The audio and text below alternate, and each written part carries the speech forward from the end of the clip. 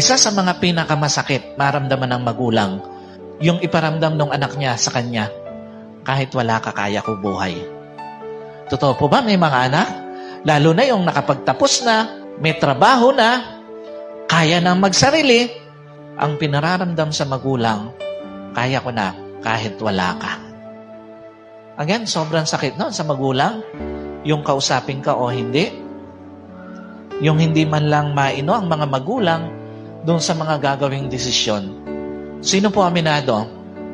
Bilang anak, may mga desisyon tayong nagawa na hindi natin na i-consider yung sasabihin ng magulang natin. Totoo po ba nangyayari yun? Lalo na yung mga may trabaho na, yung mga nakapagtapos na, yung bahagya ng umaangat sa lupa, ibig sabihin, yung medyo kaya-kaya na buhay, may mga desisyon, di man lang natatanong ang kanilang magulang.